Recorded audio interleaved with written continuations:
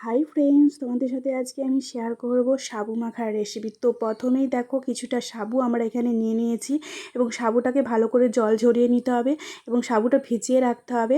তো প্রথমে দেখে নিতে হবে সাবুটা হচ্ছে ঠিকমতো ভিজেছে নাকি, হাত দিয়ে টিপে নরম হয়েছে নাকি। এটা কিন্তু তোমরা খুবই তাড়াতাড়ি চটজলদি যে কোনো ঝামেলা ছাড়াই বানিয়ে নিতে পারবে। কোনো মন্দির বা বারবতর দিন বা একাদশীর দিন আনো, এটা খাওয়া চলবে।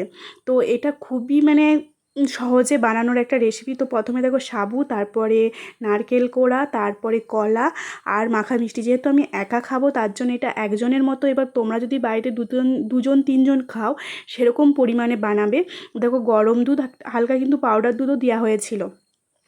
আর এতে তোমরা কাজু কিশমিশ যে কোনো ধরনের ড্রাই ফ্রুট খেতে কিন্তু ভালো লাগবে এবং যে কোনো ধরনের ফল তুমি এখানে তোমার পছন্দ মতো ফলও দিতে পারো এবং ভালো করে সেটাকে মাখিয়ে নিতে পারো। এবং তোমরা যদি বেশি মিষ্টি খাও এতে চিনি বা গুঁড়ো দিতে পারো। এটা কিন্তু সাবু পেট ঠান্ডা আর সমস্ত যে উপকরণগুলো আছে সেগুলো কোনো ক্ষতি করে না শরীরে, সবগুলোই কিন্তু খুবই ভালো এবং হেলদি খাবার এটা, এবং প্রচুর পেট ভরে রাখে। আর তোমাদের যদি ভিডিওটা ভালো লাগে অবশ্যই